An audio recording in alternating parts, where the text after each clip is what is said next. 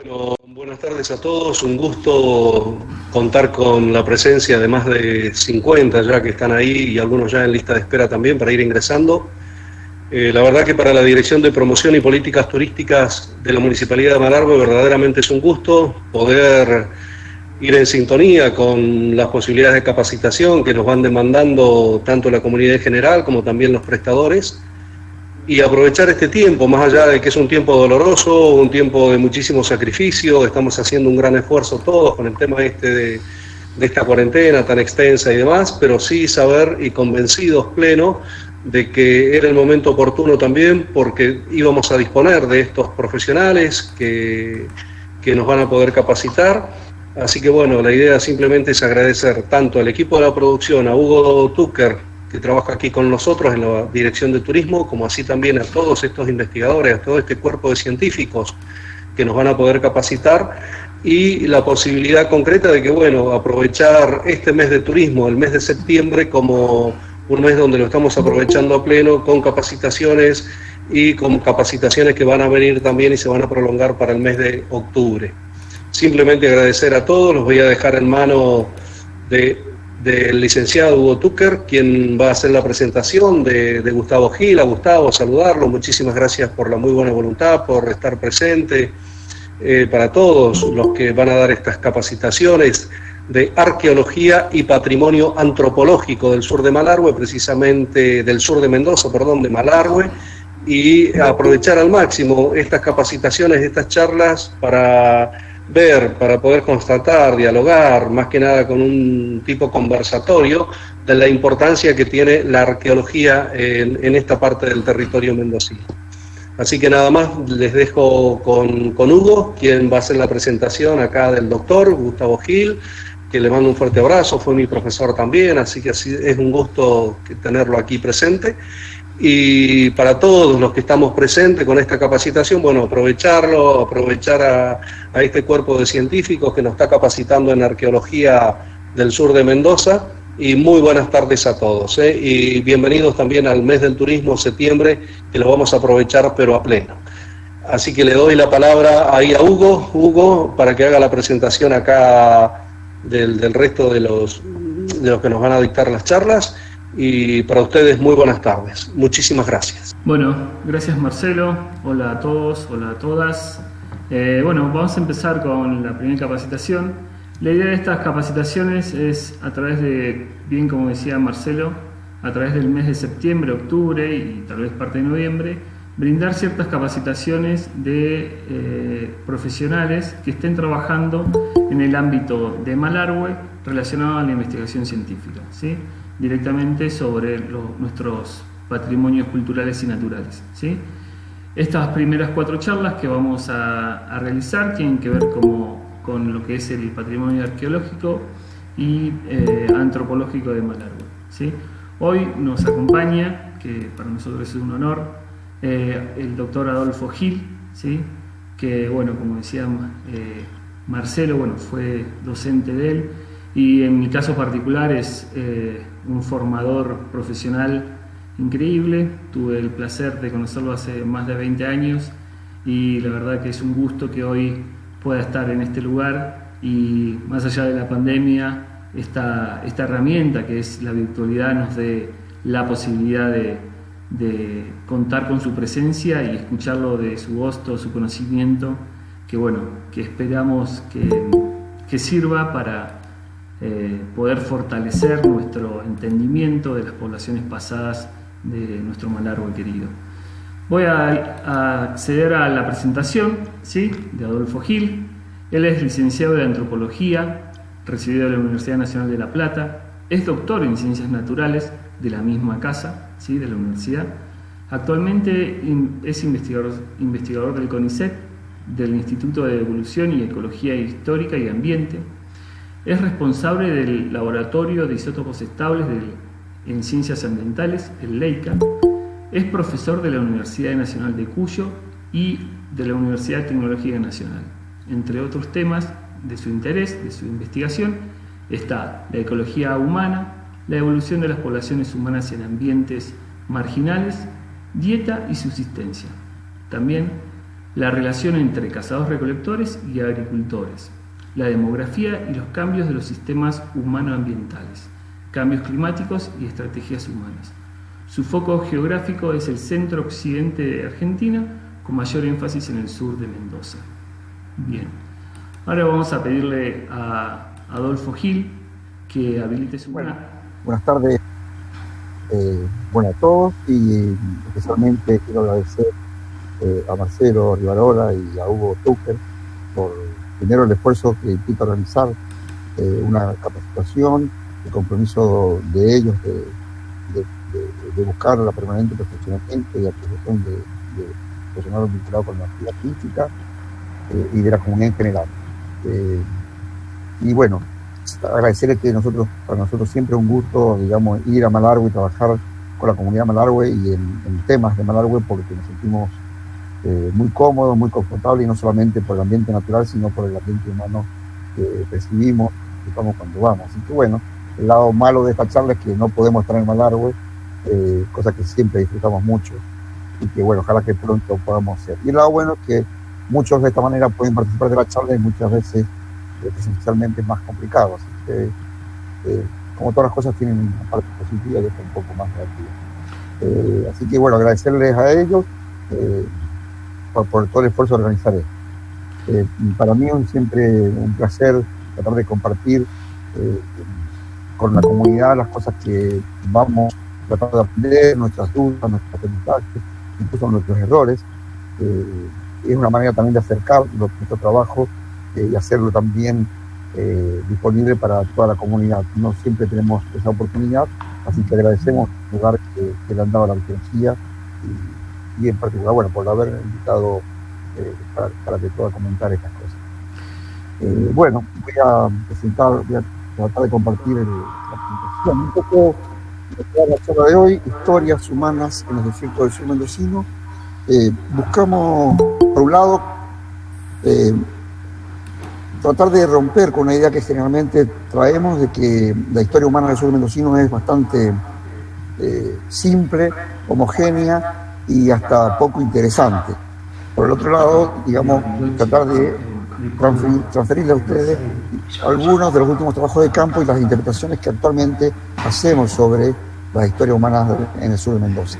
Entonces, por esas dos líneas vamos a ir caminando, y bueno, después de más preguntas que ustedes puedan hacer, podemos completar o no, si podemos responderla, algunas de las dudas que vayan surgiendo. Entonces, el sur de Mendoza siempre es considerado como un ambiente árido, y si bien es cierto que es árido porque la relación entre las precipitaciones que caen y el calor que hace que el déficit sea básicamente negativo, no es homogéneo y no es igualmente árido en todos los lugares. Tenemos al menos 3 desiertos, que llamamos nosotros, que son 3 provincias fitogeográficas, que son técnicamente 3 desiertos. Uno, el desierto del Monte, otro el desierto de Patagonia, y otro el desierto alto andino, que le vamos a llamar. Esos cruzan de este a oeste, digamos, esa diversidad va cruzando de este a oeste nuestra región, y la pregunta nuestra es cómo las poblaciones humanas llegaron a este lugar y cómo fueron sus historias en estos distintos ambientes. ¿Fueron las mismas historias? ¿Cada uno tuvo problemas distintos que ir resolviendo? ¿Cómo fueron resolviéndolo?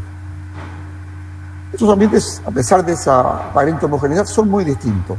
Acá vamos a ir viendo desde la letra A el ambiente más alto andino, intermedio, el ambiente patagónico, B, y abajo el C, el monte. Ya aquí tenemos una idea de que para nada son iguales. Además de estas diferencias, sabemos que en el alto andino las posibilidades de vida durante todo el año son nulas. Generalmente la posibilidad de ocuparlo está entre el verano, fines de la primavera, lo sumo, y todo el verano. Por otra parte, digamos, la disponibilidad de agua en el monte es totalmente distinta que en Patagonia o en Alto Andino, donde el agua no es un recurso crítico. Acá vamos a compartir algunas fotos del ambiente alto andino. Este es un ambiente patagónico.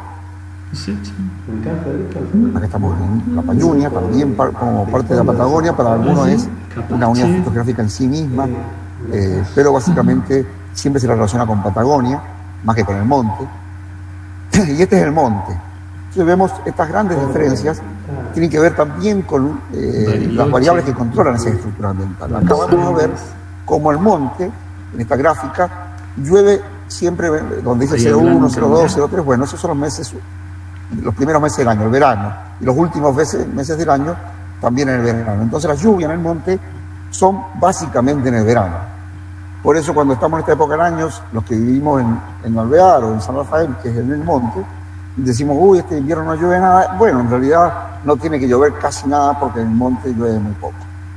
Sin embargo, ya en el desierto de Patagonia, acercándonos a lo que es la ciudad de Malargüe o Soñado, ahí vemos que las precipitaciones van cambiando. Lo vamos a ver acá abajo, en la flecha nos indica la flecha naranja, donde las lluvias son bastante abundantes en todo el año, pero sin embargo hay mayor abundancia en el invierno. Y que tiene que ver generalmente con las precipitaciones nívedas. Entonces vamos a ver, si bien la distancia geográfica no es mucha, las características climáticas son distintas. En el monte muchas veces llueve más, pero llueve en verano, y en Patagonia llueve a lo largo de todo el año, pero con un incremento invernal. Y acá abajo vamos a ver que las precipitaciones en la zona altoandina están casi totalmente concentradas en el invierno, en el formato nibio que conocemos. Eso tiene un montón de implicancias para la fauna, la flora, el ecosistema, y también para los humanos como parte de un ecosistema.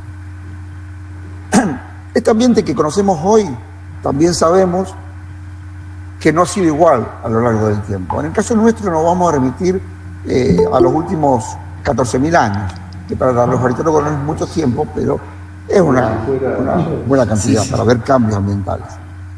Afortunadamente en los últimos años, durante esta parte de este nuevo siglo, digámoslo así, han habido estudios profundos y muy interesantes para conocer esto que antes casi lo desconocíamos. Vamos a destacar algunos de los estudios más importantes, aunque no lo vamos a ver en detalle.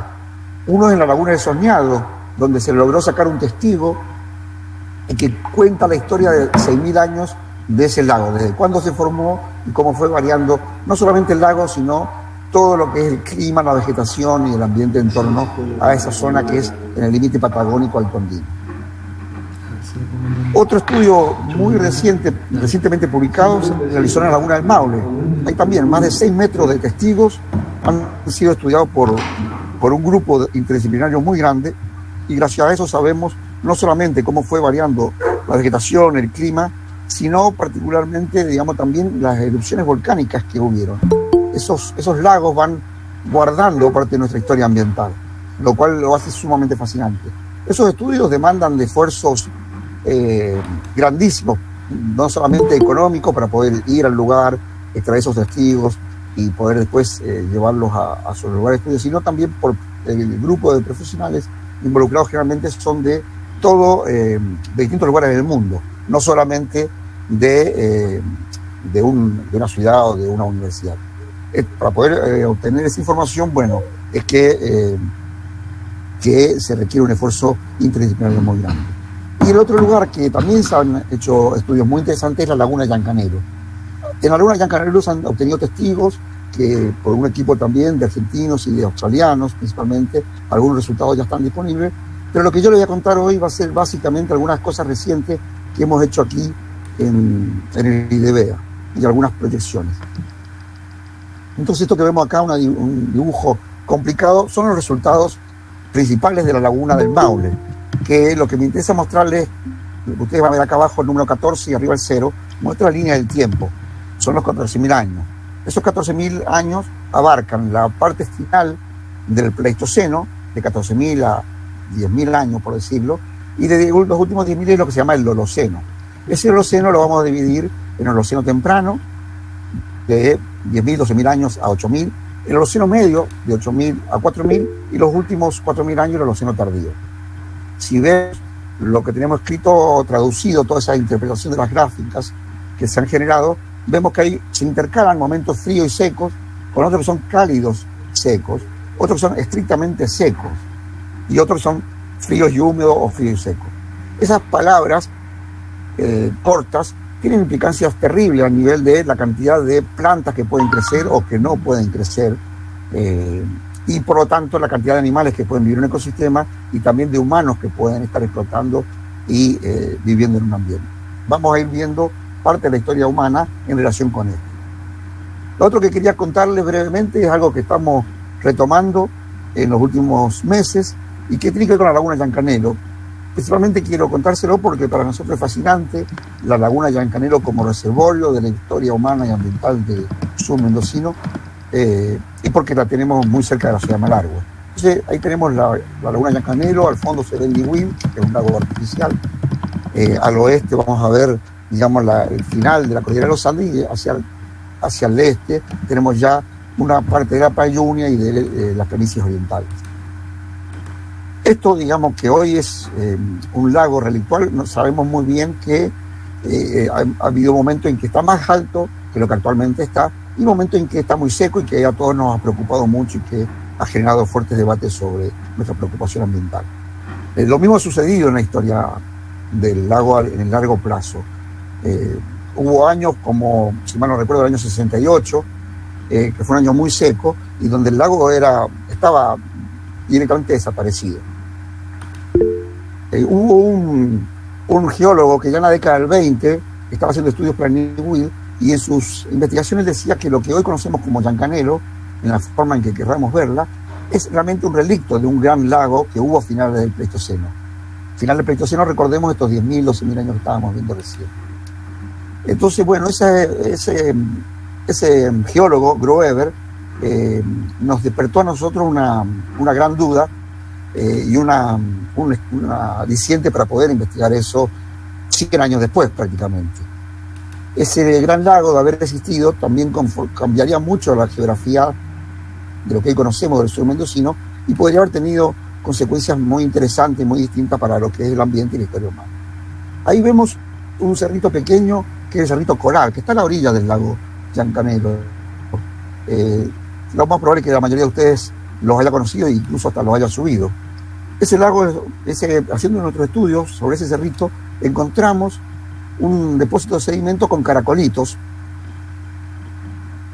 Este caracolito, acá está ampliado, imagínense, mucho más chico que eso. Y ese caracol nos permitió entrar a esta historia que nos había empezado a develar Pablo Groeber. Lo hicimos un fechado de carbono 14 al caracol y sabemos hoy que ese caracol se había depositado sobre el cerro a 10 metros del nivel actual de Yancanelo hace 10.500 años. Bueno, durante mucho tiempo estábamos con esta fecha y sabíamos ya que 10.500 años atrás el lago había sido más alto que lo que actualmente era, que había llegado a un nivel tapando el cerro Coral, pero no sabíamos eso, cómo se había extendido en el sur de Mendoza. Afortunadamente, gracias a la capacidad de Darío Soria, que es un profesional también de CONICET y que trabaja con GIS y con temas de geografía y ambiente, pudimos ver qué hubiera pasado si nosotros aumentamos 10 motas del nivel de Yancanelo. 10 metros parece poco, pero si nosotros vemos esa línea gris, es clara, todo esto, rodea todos estos cerros, habría acá, junto a Niwil, hasta donde termina Niwil, todo esto, las salinas del Diamante, prácticamente todo eso sería un gran lago que, de confirmarse esta fecha de 10.500 años, habría estado vigente en esa fecha. Por lo tanto, eso nos cambiaría mucho la geografía del sur de Mendoza y también nos haría plantear, bueno, cómo habría sido la biomasa y qué otras cuestiones.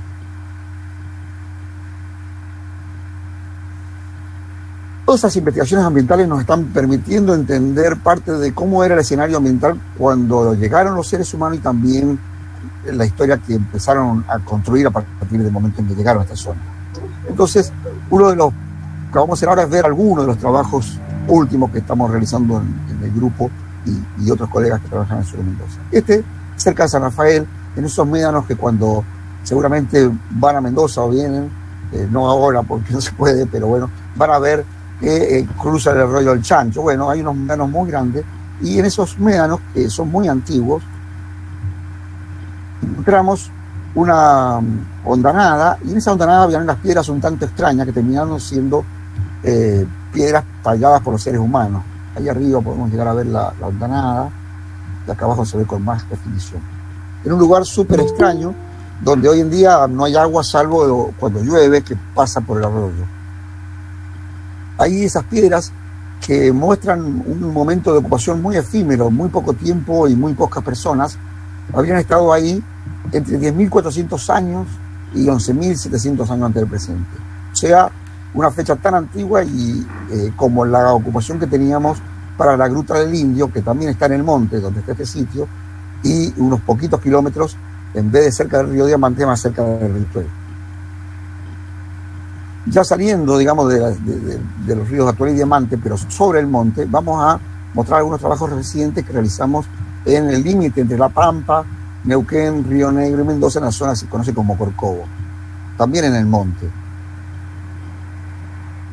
Bueno, ahí estuvimos excavando un sitio a cielo abierto, ahí vemos la cuadrícula, nuestro equipo de campo para poder sacar el sedimento y procesarlo, y encontramos un sitio muy interesante en una zona donde casi no teníamos estudios previos.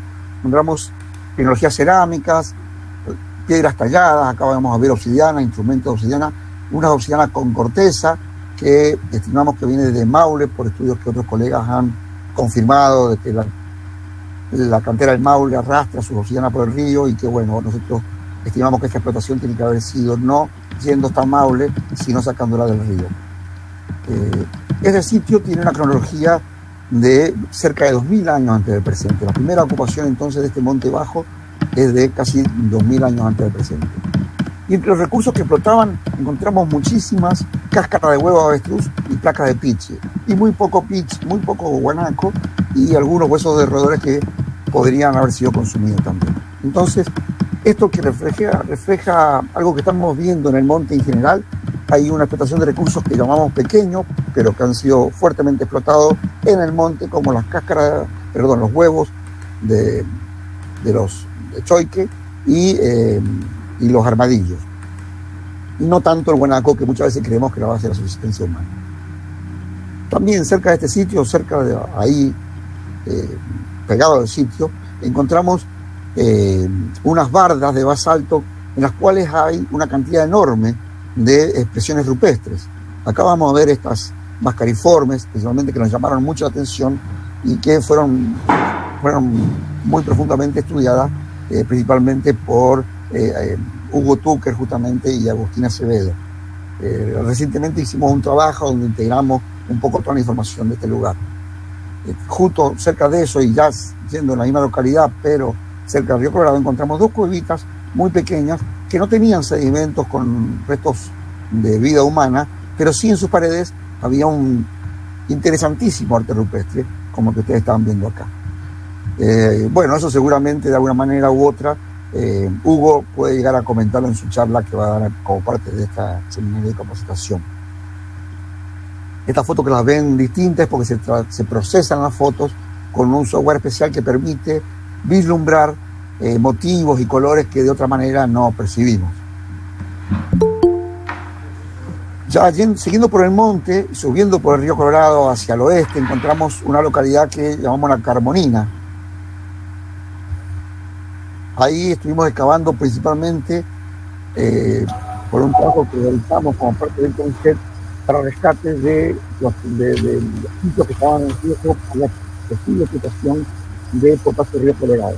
Ahí excavamos algunos sitios, los cuales vamos a mostrarles algunos. Este es La Carmonina, hay un depósito de sedimento muy grande, y encontramos en todos ellos materiales humanos, casi 2 metros de ocupación, lo cual nos había llamado poderosamente la atención. Otra de las cosas que encontramos en ese sitio es la alta resolución de su depósito. Esos blancos que vemos es un depósito que nos muestra erupción volcánica.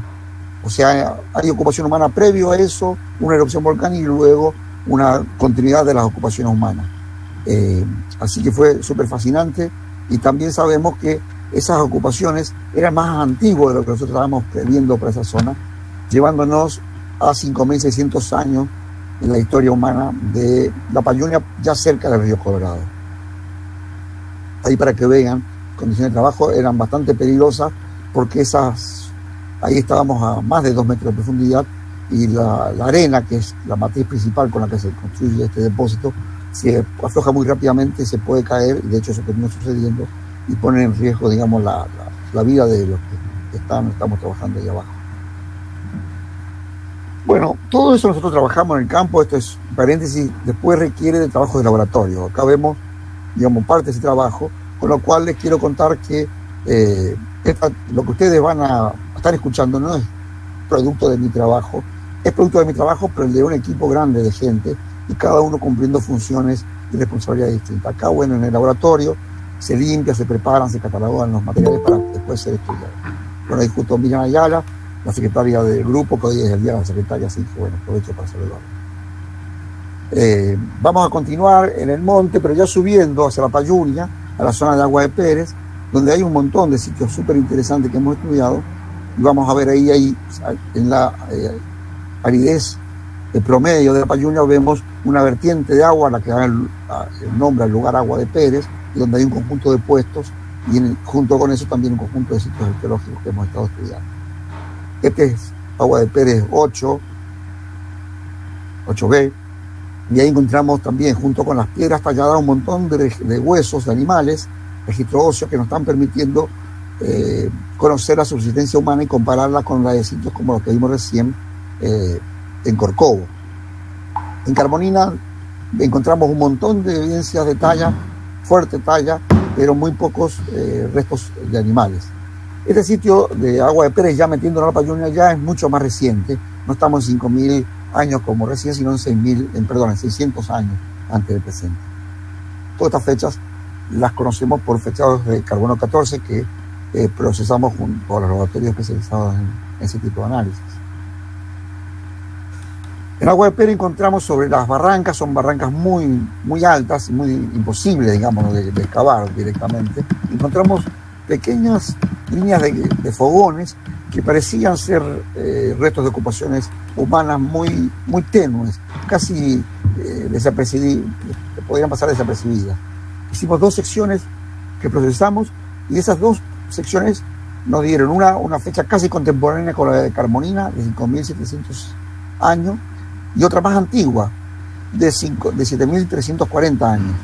Pero ya les digo, la evidencia de ocupación es casi como que esas poblaciones estuvieron horas ahí. Hicieron algún fuego, quedó algún carbón y alguna lasca que hasta es discutible si fueron o no producto de la talla. A diferencia de lo que pasaba en AP8 de 800 años, donde la señal de ocupación humana es mucho más fuerte. Y aquí también, cerca de Carmonina, en la Payunia y cerca del Río Colorado, sobre el Río Colorado prácticamente, apareció un sitio que había cortado la construcción de un camino, que tuvimos que hacer un rescate, y ahí aparecieron restos de peces que desconocíamos hasta ese momento, de la explotación hipícola, digamos, en el sur, en la Payunia mendocina, digamos. Había otros lugares donde Mercedes y Corbat había estado estudiando y trabajos que habíamos estado realizando con nuestro grupo habían permitido rescatar en la zona, por ejemplo, de Yancanero. Pero no un ambiente donde, por la aridez y por una serie de condiciones, no esperábamos la explotación de peces. Este sitio es casi contemporáneo con el que estuvimos viendo recién, de Agua de Pérez. Y también la señal arqueológica acá, a diferencia de lo que vimos en esos 2 fogones, es mucho más fuerte, donde hay explotación de animales y talla de piedra para desarrollo de tecnología que le permitiera, digamos, resolver los problemas cotidianos. Vamos a salirnos del monte y vamos a ir a ver uno de los sitios también que trabajamos durante este último tiempo y que ahora estamos terminando la publicación. Este fue un trabajo que coordinó Gustavo Neme y es en Cueva Salamanca, ahí cerca en el pie de monte, cerca entre Malargüe y el Soñado.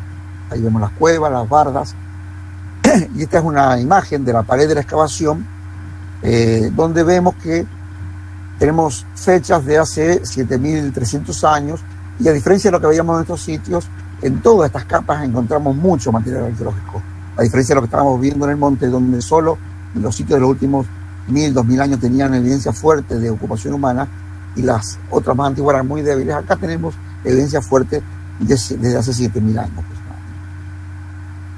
Entre los restos tenemos numerosas puntas de proyectil que han sido estudiadas principalmente por Paz Pompey en la tesis que ella defendió hace muy poco, y también por Laura Salgán en los aspectos de dónde provienen las materias primas, que seguramente cuando ella dé su charla también como parte del seminario de capacitación va a poder explicarles y detallarles en profundidad. Y también en los niveles superiores encontramos cerámicas, fragmentos de recipientes de tecnología cerámica. Las piedras que estas personas utilizaban, las rocas, vienen principalmente, había una obsidiana, y una obsidiana que no está para nada cerca, principalmente de dos fuentes de obsidiana. Una en las cargas, ahí ven ese círculo celeste, cerca del límite con Chile, y otra en Coche Quemado, ahí en el Río Grande. De esos dos lugares son las obsidianas que han estado explotando según los análisis geoquímicos. Y con respecto a la fauna también, no explotaron de la misma manera los recursos durante todo el tiempo. A diferencia de lo que estuvimos viendo en el monte, aquí los guanacos tienen una mayor importancia que los que tenían en el monte. Pero también hay una importancia destacable de los armadillos y en el caso de Salamanca específicamente de las chinchillas. No así de los huevos. Bueno, estos son los sitios que queríamos comentar algunos de los últimos trabajos que hemos estado realizando. ¿Qué cosas son las que podemos aprender o qué aspectos podemos conocer? Esta figura no quiero que lo asuste lo más mínimo, se las voy a explicar mínimamente. Esto que tenemos en el eje de abajo, estos números de 1000, 8000, 6000 hasta 0, es el tiempo. Este es el tiempo. Estas curvas lo que nos indican es una inferencia gruesa de la población humana que podría haber vivido en esos lugares. Y entonces, digamos de alguna manera, la demografía. Vamos a comparar cómo era la demografía humana en el monte, en Patagonia y en el desierto altondino. Estos tres desiertos que nos preocupan desde el inicio de esta charla. Y como estuvimos viendo, la señal humana más antigua por ahora vamos a encontrarla en el monte, pero vamos a charlar más sobre eso. La cosa es que sobre esta línea del tiempo de los últimos 12.000 años, que es la línea del tiempo de la historia humana de nuestra región, es decir, nuestras evidencias por ahora nos confirman que los humanos llegaron a estos desiertos entre 11.000 y 11.500 años radiocarbónicos ante el presente. Vamos a focalizarnos sobre tres momentos para charlar de algunos avances que tenemos. Uno entre 12.000, digamos, y unos 9.000 años antes del presente. Después vamos a hablar sobre el Holoceno Medio, que es vamos a focalizar entre unos 7.000 y 4.000 años antes del presente. Y finalmente vamos a charlar un poco sobre la última parte del Holoceno Tardío, los últimos 2.000 años. ¿Qué pasó cuando estos humanos llegaron? Cuando estos humanos llegaron, posiblemente Llancanelo haya sido muy distinto de lo que ahora es, y como vimos recién, el clima también es distinto porque era frío y húmedo en una parte importante del Pleistoceno final, según hemos podido aprender de los estudios de Laguna del Maule, y que principalmente nos explican cómo era el ambiente en la zona de andina y patagónica, pero no tanto del monte. Aquí habían grandes herbívoros, como los que estamos viendo en esta foto, y ahí vamos a ver huesos de esos herbívoros que aparecen. Estos que estamos mostrando acá son restos de un megaterio que apareció ahí cerca de Malargüe, en las cascadas de Manquimalal. Eso lo hemos podido estudiar junto a Ángelo Praderio y a la Lía Forasiepi. Pudimos hacer todo un estudio con un apoyo muy importante del CRIC y de la Municipalidad de Malargüe. Bueno, de este tipo de animales, no solamente megaterio, otros parecidos y algo distintos como los caballos americanos, vivieron en el sur de Mendoza. Y hay evidencias de ello en lugares como los que estamos viendo con círculos azules y el triángulo azul. Este triángulo azul nos indica el único sitio que por ahora tenemos ocupaciones humanas con cronologías contemporáneas a la de estos animales. Los círculos azules que vemos principalmente en la parte patagónica muestran que tenemos restos de animales hoy extintos, como este megaterio que vemos acá, pero no tenemos pruebas contundentes de que los seres humanos cuando llegaron convivieron y explotaron a ellos. Y eso lo vamos a ver acá con el carbono 14. Esto vemos el tiempo en el eje este de las I, y esta línea negra muestra la ocupación humana más antigua, y vamos a ver que muchos de estos restos encontrados en la cueva del Chacay, también muy cerca de Malargüe, y encontrados allá en la década del 30, después Rollo Malo y Volcán El Hoyo, esos no están asociados a la primera ocupación humana, pero sí los de la Gruta de Lima. Y vamos a ver con esta escala que tenemos en un lateral que en esas fechas el clima era principalmente frío y seco. Acá en esta Filmina, en esta figura, vamos a ver las primeras evidencias humanas. Recién vimos los animales extintos. Ahora, ¿cuándo llegaron estos humanos? Vamos a ver con triángulos azules los sitios que están en el monte, y con triángulos naranjas los sitios que están en Patagonia o Andino-Patagonia. Y vamos a ver entre paréntesis la fecha, la antigüedad. El chancho, ese que vimos al principio, 11.750 años. Gruta del Indio, 10.930 años. Estos dos tienen ocupaciones de esa fecha, pero no crean que las evidencias de ocupaciones son contundentes. En Gruta del Indio hay posiblemente, y con discusión, huesos de animales fracturados, animales extintos, y 2 o 3 lascas, que son esas piedras talladas. Nada más, y algunos carbones de algún fuego que se hizo. Esa es toda la evidencia humana que tenemos asociada a esa primera ocupación humana. No tenemos evidencias contundentes como las que estuvimos viendo recién en otros sitios. Y el chancho es lo que vimos antes también. Muy pocas rocas que muestran el uso del lugar por muy poquito tiempo y nada más. Y después no volvieron a venir a ese lugar. Ya después, cuando estos son los más antiguos, fines del Pleistoceno. Si nos vamos, continuamos en el monte, vemos abajo Cueva del Lerma, y acá ya la ocupación humana más antigua está en 7.650, o sea, 3.000 años posteriores. Y también la evidencia es prácticamente carbón de fuegos que hicieron ahí y algún instrumento lítico, pero todo da señales de una ocupación humana por muy poco tiempo y con muy poca frecuencia. Y ahora vámonos hacia el desierto andino patagónico. Y ahí vemos el Mallín, en el Diamante, Agua del Médano, principalmente estos sitios que está trabajando, bueno, Miguel Ángel Jardina, Clara Tadora y Fernando Franchetti, nos demuestran también una ocupación antigua, pero no tan antigua como las que estábamos viendo en el monte, 8.750 y 8.250. A diferencia de lo que estábamos viendo en el monte, acá las evidencias de la ocupación humana sí son contundentes, sí muestran que estuvieron durante bastante tiempo y o volvían con mucha frecuencia, pero fue posterior en el tiempo y no están asociados con animales extintos como el megaterio que vimos ni como el caballo americano. Y luego vamos bajando hacia el sur, Arroyo Malo, también 8.400 años, Cueva Salamanca, la que vimos recién, 7.300 años, y la Gruta del Manzano, también ahí en el Valle del Río Grande, con 8.400 años. Entonces, en Patagonia vemos que la ocupación es posterior al monte, pero por otro lado es más contundente. Una vez que fue ocupado, digamos, el lugar fue reocupado permanentemente y las poblaciones estaban mucho más tiempo en ese lugar que los que estábamos viendo en el desierto del monte. ¿Qué pasa luego en el Holoceno Medio? Vemos que esta filmina que vimos recién, esta imagen, se nos empobreció, se nos redujeron los sitios. Tenemos Médano Puesto Díaz, también en el Valle del Río Diamante, Arroyo Malo 1, El Desecho, Gruta del Manzano, todo esto en Patagonia. Y en el monte tenemos hacia el sur, ya cerca del Río Colorado, Agua de Pera y Carbonina, esas cosas que vimos recién que eran muy exiguas de ocupación humana. Igualmente, en estos otros sitios las evidencias no son tan contundentes. Entonces vemos que en el monte tenemos muy poca evidencia y esa evidencia está ya hacia el sur del monte, cerca del Río Colorado. Ya no tenemos en Payunia ni en el monte pleno de San Rafael y Alvear.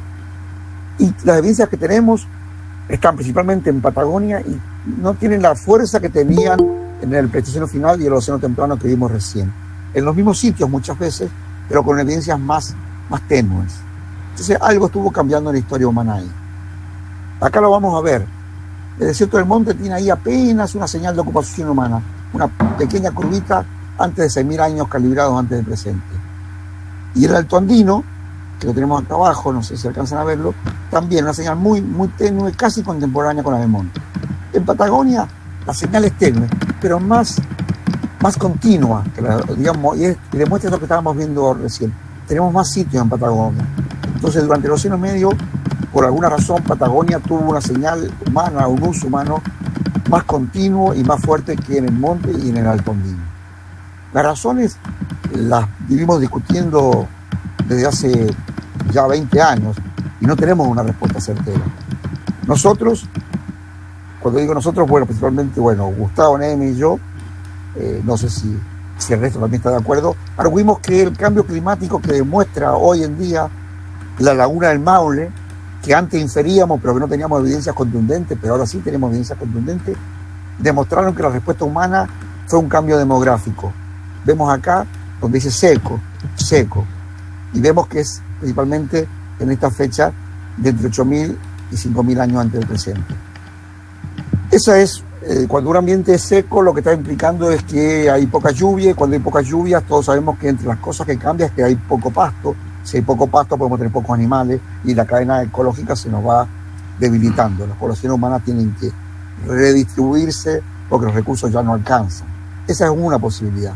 Otra posibilidad que se suma a esta es la que ha propuesto principalmente Víctor Durán, Raúl Mikan y Ramiro Barberena, que tiene que ver con las erupciones volcánicas que también se suman, y que también hay muchas erupciones volcánicas. Pero esas erupciones volcánicas, hoy en día tenemos precisiones de su cronología gracias al estudio de Laguna del Maule, que se sumen y de alguna manera complementan algunas que ya había generado el grupo de Víctor Durán y Ramiro Barberena con Mikan. Pero ¿qué dice Laguna del Maule con las erupciones? Acá las vemos. Estas líneas, estas T9, T8, T10, son niveles de cenizas volcánicas. Y acá están las fechas. Acá tenemos el Océano Medio.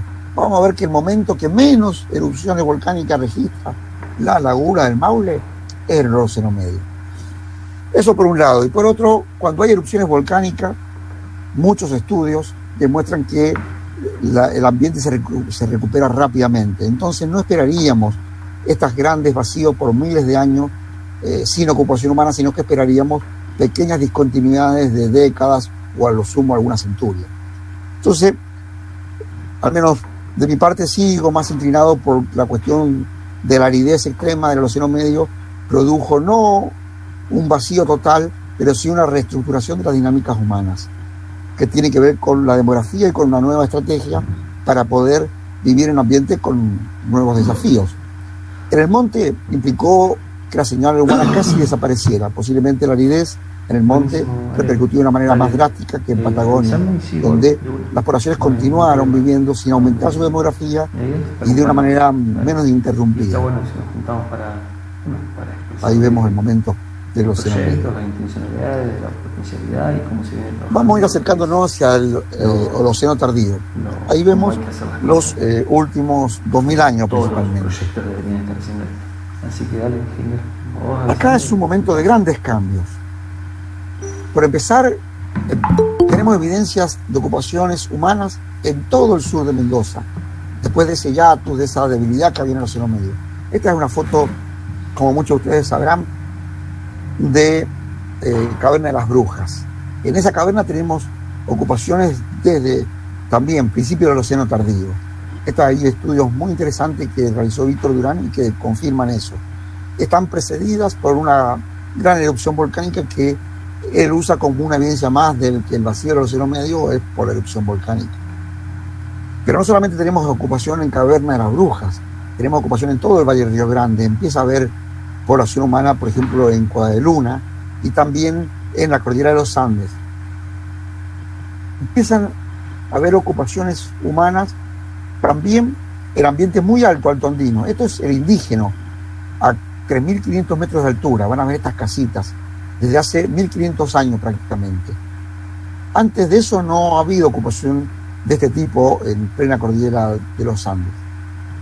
Una de las cosas que queremos ver aquí en esta gráfica es que a partir de 2300 la curva esta de cantidad de gente, fíjense, empieza a aumentar en el monte. O sea, viene de 4.000 todo el Océano Tardío, pero a partir del 2300 empieza a incrementar para no caer nunca. En Patagonia continúa un patrón muy parecido al que traía del Océano Medio, pero también nota un incremento que sobre todo, a diferencia del monte, se repunta en los últimos 1000 años. Y el Alto Andino, donde está el sitio el indígena, también empieza a incrementar a partir de 2300, como le mostramos en esta línea, y también mantiene una continuidad que no se registró previamente. O sea, de unos 2000, 2500 años antes del presente de esta parte, la cantidad de personas, la demografía humana y la forma en que usaron los sitios y el paisaje cambió. Volvemos entonces al indígena. Estos ambientes habían sido casi usados o muy tenuemente o ignorados en ocupaciones previas. Yo no diría ignorado porque hay lugares como la cantera de las Cargas, que sabemos por la hidratación de la obsidiana que fueron ocupadas durante gran parte del Holoceno. Es decir, la gente de alguna manera iba a ambientes muy altos como los que está esta cantera de las Cargas, y que tiene un ambiente bastante similar, digamos, al indígena. Pero si bien hacían actividades como la de la cantera y posiblemente también casas, o podrían cruzar al otro lado de la cordillera, sin embargo no la ocupaban de una manera efectiva como la empezaron a usar unos 1500 años atrás. Aquí abajo van a ver una imagen de esos circuitos pequeños que permiten destacar esta nevada. Bueno, esos son todas casitas, pircas. Y no les voy a contar más de este sitio fascinante porque creo que es el tema de la charla que va a dar el doctor Neme en la semana próxima, donde va a tratar de mostrar las evidencias y explicar cómo y por qué una población humana puede vivir en un ambiente que hoy en día, con toda la tecnología que podemos disponer y todos los medios, nos es casi imposible vivir. Después también en el Océano Tardío empiezan a vivir de una forma efectiva poblaciones en lugares muy áridos, como lo de la Payunia, esto es la Peligrosa, en el sureste de Mendoza, y también en Chancanelo, como están viendo en esa imagen. Antes del Océano Tardío no tenemos evidencias contundentes de una ocupación firme del ambiente. Sí, como veíamos en Cueva del Lerma, un uso de pasada, como decimos, en tránsito. Entre los cambios del Océano Tardío, momento lleno de cambios, la aparición y la incorporación de tecnología cerámica. Esto ha sido tema de estudio de Nuria Sugrañez, que también desarrolló su tesis doctoral, donde ella se ha preocupado por tratar de entender cuáles son las diferencias estilísticas, los usos y cómo varió a través del tiempo y del espacio la tecnología cerámica en las estrategias humanas del sur de Mendoza. Pero sin lugar a dudas, lo que los arqueólogos más hincapié generalmente, y a lo mejor equivocadamente, hacemos es de que en el Océano Tardío llegaron las plantas cultivadas, las plantas domesticadas, la agricultura. Se traduciría en términos quizás equivocados, pero simples. 2300 años atrás, en esta cueva, la Gruta del Indio, cerca del río Atuel, que ya la veníamos nombrando antes, apareció un montón de restos de semillas de zapallo, quinoa, poroto, cucúrbita, fasciolus, por encima, y maíz. Todo en torno a 2300 años antes del presente. Eso fue realmente una información novedosa que desarrolló el doctor Ragilla en su tesis y que produjo un cambio en la historia humana de esta región. Hoy, ¿qué sabemos de eso? Sabemos que hay plantas cultivadas no solamente en Gruta del Indio, sino en varios sitios más de los que hemos puesto en esta figura, inclusive. Hemos puesto aquí aquellos lugares que tienen plantas cultivadas, pero que también tienen una cronología radiocarbónica sobre esos restos. Y tenemos sitios, la Gruta del Indio que mencionamos, con 2200 años, después Rincón del Atuel, enfrente de la gruta, 500 años, San Juan del Morado, 1300, Agua de los Caballos, en la zona Nevado, Puerto Ortugia, 700, 900 años, el Carrizaguito, Alero Montiel, el Mallín ya en Patagonia, fíjense los triangulitos naranja, está en Patagonia. Ahí tenemos muchas plantas domesticadas en fechas de 600, 1000, el Mallín, Risco de los Indios, el indígena también tiene plantas cultivadas, principalmente maíz, el indígena, y también acá en el sur de Mendoza, principalmente la genaria, Alero Puesto Carrasco y Cueva Buenur, que tiene la genaria y también un resto de maíz que todavía no está fechado. Entonces, entre las cosas que llaman la atención al estudio actual es que ya el maíz solamente en 2200 años apareció en la Gruta del Indio, en un contexto distinto a los cotidianos, posiblemente vinculado a un ritual, funeral o algo extraño, digamos, no cotidiano, por decirlo de alguna manera. Y las evidencias en el monte, hay varias evidencias que no están mostradas acá, pero también en Patagonia, que es un ambiente donde, por las lluvias, principalmente invernales, y en la zona altoandina aún más, nos parece casi difícil o imposible cultivar. Digamos, en sitios como el Indígena o Risco de los Indios, donde la nieve y las condiciones climáticas en el verano impiden todo tipo de agricultura. Entonces, nos parece que la historia y el significado y la forma en que llegaron las plantas cultivadas a esos lugares han sido historias distintas que estamos tratando de entender. Pero una cosa que nos llamaba siempre la atención, que en la visión clásica que tenemos los arqueólogos, decimos que del río Tuel, como vemos acá, hacia el Diamante, hacia el sur, las poblaciones son cazadores-recolectoras, y hacia el norte son agricultores. Esto está bien, uno no costaría contradecirlo, pero y entonces, todas estas evidencias de plantas que estamos encontrando acá, ¿de qué son? ¿De qué son? Este fue el panorama etnográfico, histórico, que conocemos a través de las crónicas y de los relatos, pero nosotros de la arqueología hemos visto que atrás en el tiempo, 2200 años por un lado, pero sobre todo en los últimos 1000, hay plantas cultivadas en uno u en otro lado, incluso en lugares que sabemos que no podrían haber cultivado.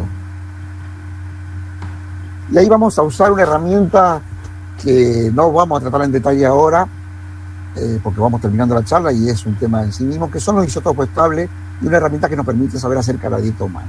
Acá, créanme, no les voy a mentir, créanme, que cuando esta mancha roja aparece por los estudios de isótopos estables sobre restos humanos, significa que esas poblaciones comieron mucho maíz.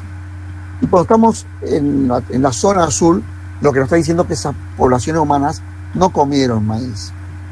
Y vemos que nuestra zona, ahí San Rafael, la Catamarca, está en el límite de ese color rojo, y que hay como una islita de poblaciones con maíz, algo muy tenue que ya después desaparece totalmente.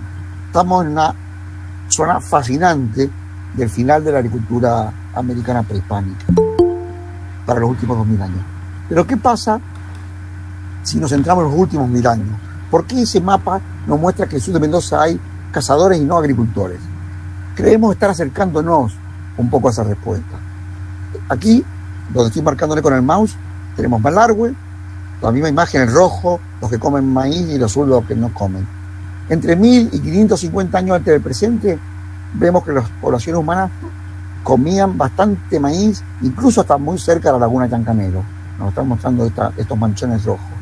Sin embargo, después de 550 años antes del presente, lo que nos muestra es que la señal del maíz en todo el sur de Mendoza, inclusive cerca de San Rafael, desapareció. Entonces, esa imagen etnográfica no es falsa. Las crónicas comentaron una muy baja y nula presencia de maíz cuando llegaron, pero sabemos que en el pasado la presencia y el desarrollo de la explotación de plantas domesticadas, principalmente el maíz, fue mucho más fuerte y tuvo un rol en la vida que no lo tuvo después.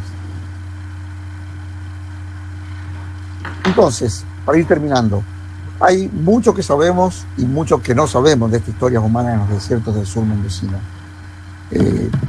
Voy a recalcar algunas de las cosas. Sabemos que la historia del monte no es la misma que de Patagonia y Alto Andina. Sabemos que las poblaciones humanas en el monte empezaron a hacer un uso efectivo del ambiente recién en 4000 años antes del presente, a pesar de que las evidencias más antiguas son más antiguas que en Patagonia y Alto Andina. Y en Patagonia y Alto Andina, las evidencias primeras de ocupación humana son posteriores, pero son mucho más intensas y constantes a lo largo del tiempo. Esa es una de las cosas. También sabemos que la subsistencia fue distinta, una focalizando más en el guanaco, otra focalizando más en recursos pequeños. Podemos ver, y no va a ser el tema nuestro acá, pero colegas nuestros como Dana de Fiore, Agustín Acevedo y Hugo Tucker han estudiado también el arte rupestre en estos desiertos y también encontraron señales distintas con el arte rupestre.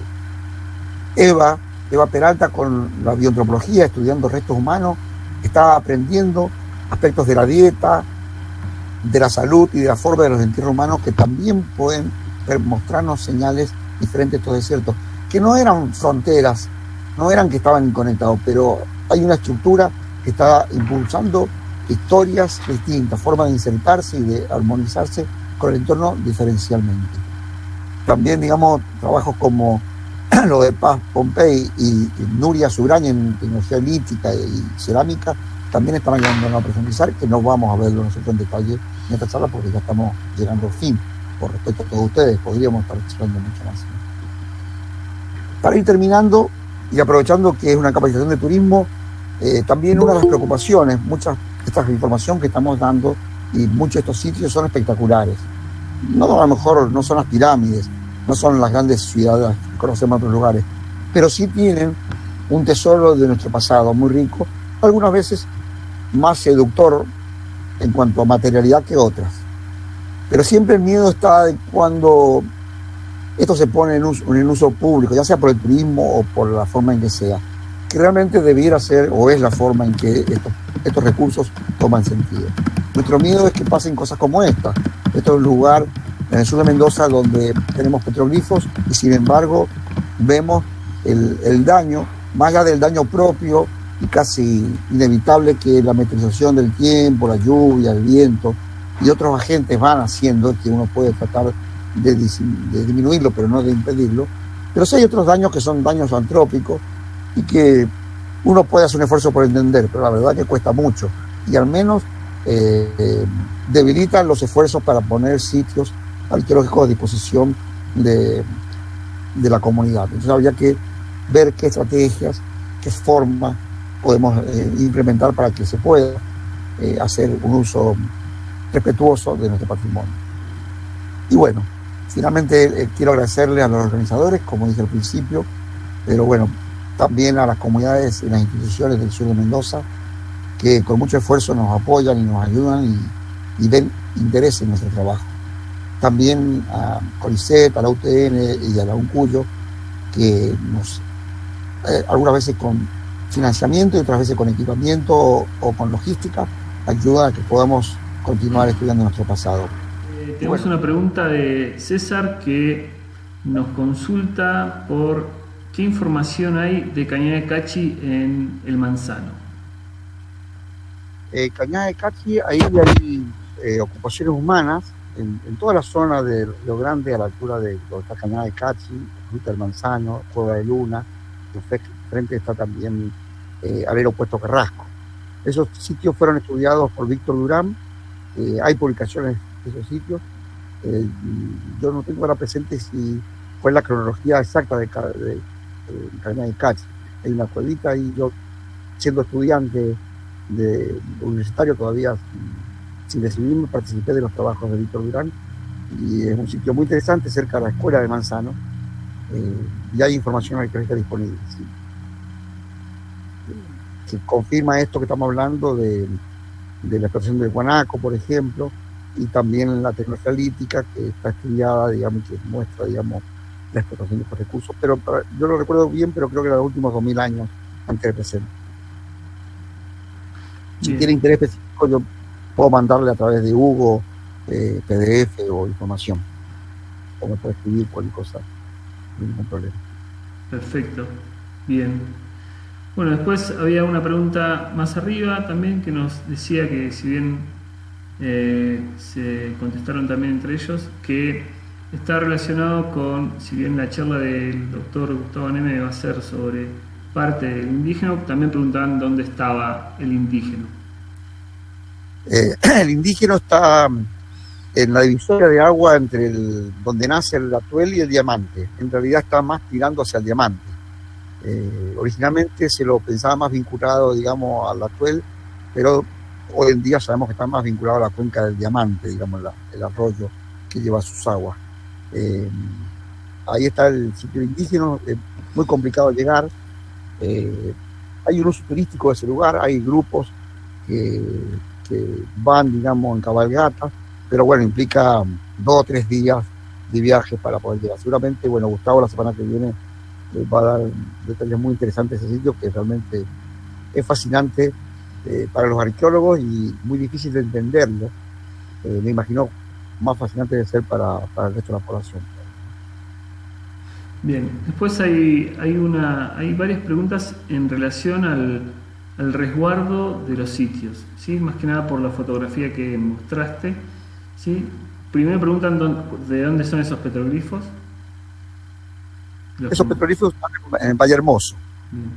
Y después, que podemos resumir, y me sumo a la pregunta también, es los resguardos que se toman para los materiales arqueológicos, digamos, resguardos en relación a resguardos fotográficos, la conservación de los materiales en sí y esas cosas, si podemos responder algo de eso. Sí, eso es súper interesante y eso ha ido cambiando a través del tiempo, como las condiciones y los protocolos para resguardar materiales arqueológicos han ido cambiando y las políticas, la gestión a lo largo del tiempo ha ido cambiando. En la actualidad los arqueólogos tratamos de usar un método lo menos invasivo posible en un sitio, sacar la mayor cantidad de información con la menor cantidad de materiales arqueológicos. Una vez que esos materiales se sacan de su entorno, tienen todo un proceso de inventario. Hay unas normativas, digamos, que están legisladas. El patrimonio es propiedad del Estado Nacional, que delegan las provincias, sobre todo en la Dirección de Patrimonio, la autorización. Nosotros tenemos que pedir permiso para hacer estos trabajos y el resguardo de los mismos. Y después depende del tipo de materiales y el lugar donde esté almacenado, la humedad, la temperatura, polvo, el acceso, digamos, de las condiciones atmosféricas, sí son importantes. No es lo mismo si es un material óseo, si es un textil, si es roca o si es cerámica. En eso, digamos, nos falta mucho por aplicar, principalmente por cuestiones de recursos humanos, que muchas veces no hay recursos humanos disponibles y capacitados para eso, aunque sería muy interesante, y también, digamos, económico, porque muchas veces también, pero sí hay un esfuerzo en los últimos años que antes no existía y una conciencia en eso. Y hay ahora, digamos, líneas de financiamiento para hacer inventarios, disponibilidad de información digital, a través de fotos, como dijo Hugo, se podrían hacer inventarios digitalizados de las colecciones que estén a disposición de todos. Bien, después hay otra más relacionada también de vuelta con el tema de publicaciones referidas al arte rupestre, ¿sí? De la zona de acá del sur de Mendoza. Bueno, ahí me da vergüenza hablar adelante de Hugo. Hugo es un profesional que ha dedicado su vida al arte rupestre. Sé que va a dar una charla, pero aparte, lo que yo diga arte rupestre va a estar mal al lado de Hugo. Pero sí hay muchos trabajos, para tranquilidad, y hay un trabajo que pronto va a salir, que compartimos con Hugo, con Agustín, Gustavo Neme y Dana de Fiore, que es una puesta al día, una síntesis muy interesante que sobre todo ellos impulsaron, ordenando geográficamente y ambientalmente dónde están las evidencias de arte rupestre según estos desiertos, cómo se concentran, la mayor densidad, la menor, cuáles son los sitios, dónde están. Eso es un trabajo que va a estar publicado, ya está aceptado y pronto va a estar disponible para que la gente lo lea, digamos. Perfecto, mira, acá hay una interesante, ¿sí?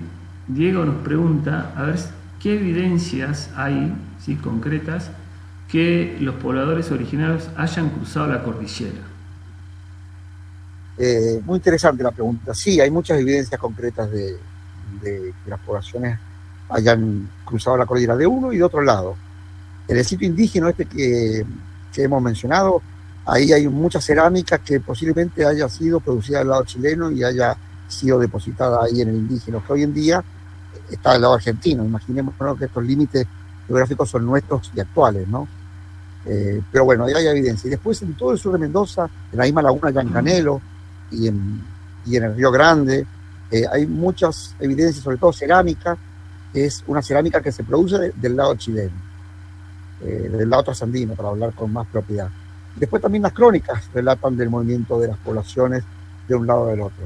De hecho, nosotros los arqueólogos tenemos con cierta regularidad reuniones argentinas y chilenas para reunirnos, discutir y comparar las cosas y tratar de entender esos vínculos, qué significaban, qué importancia tenían. Hay algunos que, digamos, por ejemplo, parte de esos maíces que vemos en la zona patagónica posiblemente hayan venido no del monte hacia Patagonia, sino de Chile hacia Patagonia. Y después también del lado argentino hacia del lado oriental, por decir, hacia el lado occidental, muchas veces llevaban sal, cueros, plumas, según relatan las crónicas. De esto último no tenemos aún pruebas contundentes arqueológicas, pero de cerámica y de otras cuestiones sí tenemos, y es innegable de estos fuertes vínculos trasandinos. Sobre todo porque la cordillera, desde la altura nuestra hacia el sur, baja mucho y hace mucho más fácil, hay un montón más de pasos que hacia el norte. Y eso ayudó a que estos pueblos estuvieran en interacción. Perfecto. Después hay otra de Francisco que nos dice, si las ocupaciones del Alto Andinas se puede deber a que hay una saturación en el uso de los recursos por las poblaciones. Sí, Francisco, digamos, una de las hipótesis que creemos es que las ocupaciones a partir del 2000, cuando aumenta la demografía, porque aparentemente una impresión es que en Patagonia, donde hoy está Malargüe, donde está Soñado, las condiciones ambientales favorecieron, digamos, la estabilidad de las poblaciones y el crecimiento demográfico posiblemente parte del monte. Cuando eso se saturó por una cuestión demográfica, un principio, digamos, de relación entre población y recursos, se ocuparon otros lugares donde por distintas razones, por sus dificultades inclusive, fueron obviados o no priorizados. Y Alto Andino puede haber estado en esa situación. Payunia también puede haber estado. Son esos ambientes de que tienen ciertas dificultades. Payunia, si bien es Patagonia, el agua es un recurso crítico muy complicado. Entonces, imaginémonos una población humana que llega por primera vez al sur de Mendoza, no hay ningún mapa, no hay nada, no hay otro ser humano previo. ¿Cómo hace para poblar? Obviamente los ríos son una buena guía. Y ahí estamos en problemas para entrar a Payunia, porque los ríos no entran mucho a Payunia, salvo cuando entramos por el borde del río Colorado, que ahí tenemos fecha más antigua. Pero cuando estos lugares se van complicando, digamos, por la demografía, y empiezan a haber partidas, a lo mejor de grupos, información, conocimiento, aunque no ocupando esos lugares, luego hacen posible de que las personas, empiecen a vivir en esos lugares y lo que hoy es una gran dificultad, después no la es porque ya tienen la información y la tecnología para poder resolverlo. Entonces sí, estaría de acuerdo con lo que vos estás planteando, Francisco, de que ambientes como los Alto Andinos pueden ser una respuesta a los problemas que habían abajo. Bien, buenísimo.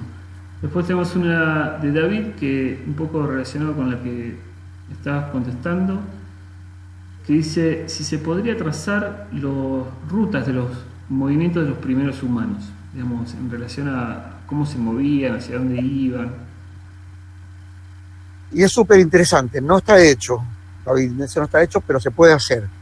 Se puede hacer, primero porque sabemos qué materiales tienen, de dónde vienen, y hoy hay herramientas como GIS, se pueden hacer estudios de caminos óptimos y una serie de cosas que en otros lugares se ha hecho. Nosotros no lo hemos hecho, no porque no nos interese o porque no se puede hacer, sino porque somos pocos y en la agenda de temas todavía no lo hemos abordado, pero es un tema que es posible de saber, no lo sabemos aún. Bien, y después, acá también nos preguntan, a ver,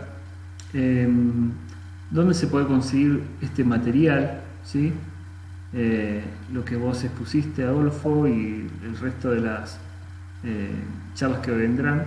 Va a haber un material ahora te doy la palabra. Va a haber un material de respaldo de la charla que, gentilmente ellos van a poner a disposición, pero estaría bueno vos, Adolfo, que le digas, dónde es, tal vez cómo ellos pueden acceder a las publicaciones o dónde los pueden buscar y eso. Mira, hay muchas de las cosas que comenté ahora son cosas que estamos publicando, son cosas inéditas que hemos compartido hoy sin que todavía estén publicadas o que están por salir pronto, pero algunas sí están publicadas y todas esas están a disposición de todos ustedes por algún mecanismo que Hugo estipule. Después tenemos un libro que ahora está un poco desactualizado, que se llama La Arqueología del Sur de Mendoza, pero que eso también está disponible en la web, incluso en PDFs. Y sí tenemos una deuda que de a poco tenemos que ir empezando a suplantar, que es escribir estas cosas en un lenguaje menos académico, pero no por ello menos preciso. O generar otro tipo de materiales como videos educativos o algo que transmita ese tipo de cosas. Pero para cerrar la pregunta, todo lo que tenemos escrito, nosotros a través del mecanismo que disponga Hugo, lo vamos a ofrecer. Y igualmente en la web, si buscan, también hay páginas donde los PDF están colgados y son de acceso libre. Bien. Ahora, tenemos algunas que están relacionadas, ¿sí? Que nos preguntan las dataciones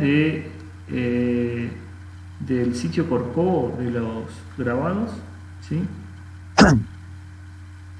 No hay cronología, no sé si Hugo, vos tenés alguna forma de estimar el tiempo. Creo que las pinturas se habían pensado que eran más tardías y los petroglifos podrían ser más antiguos.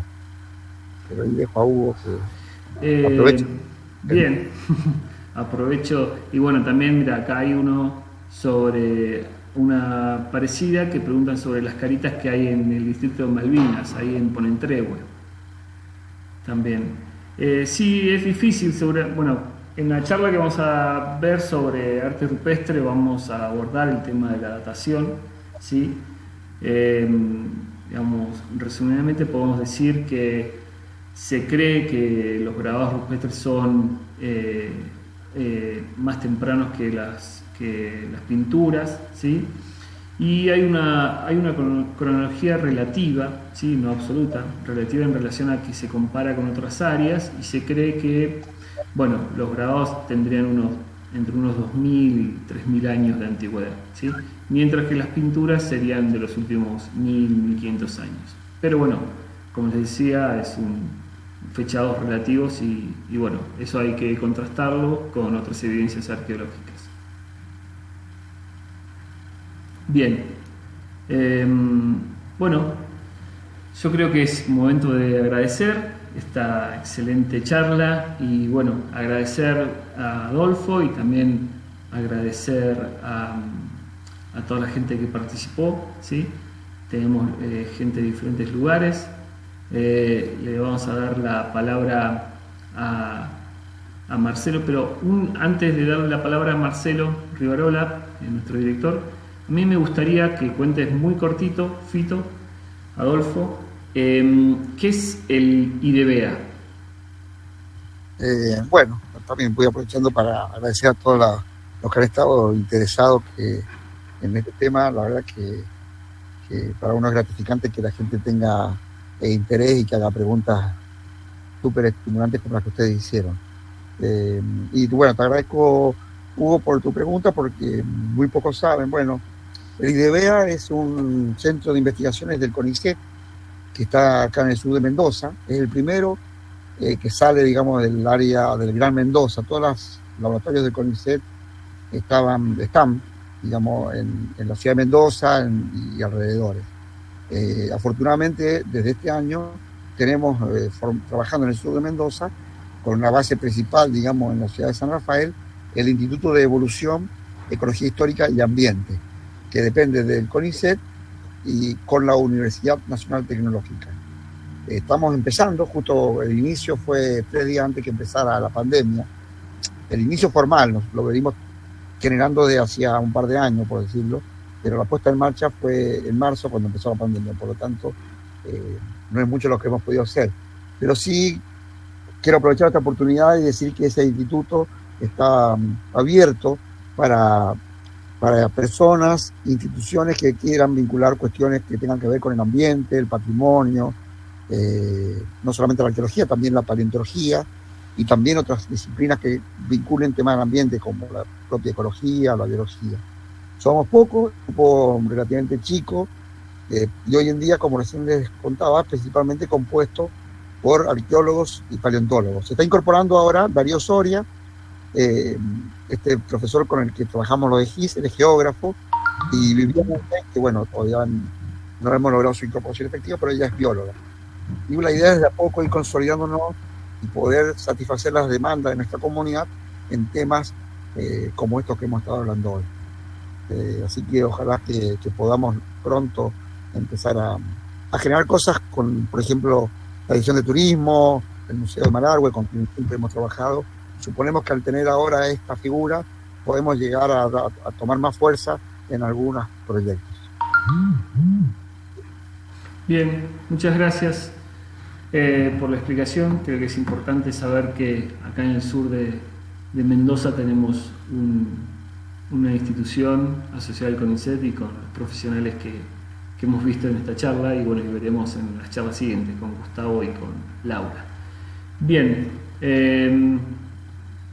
bueno, vamos a darle paso a Marcelo para que cierre. Para mí ha sido un verdadero gusto haber podido trabajar hoy y trabajar precisamente con Hugo. Te agradezco muchísimo, Adolfo, por la responsabilidad extraordinaria que has llevado adelante todo este equipo de investigación y por los trabajos que han hecho aquí en Malargüe.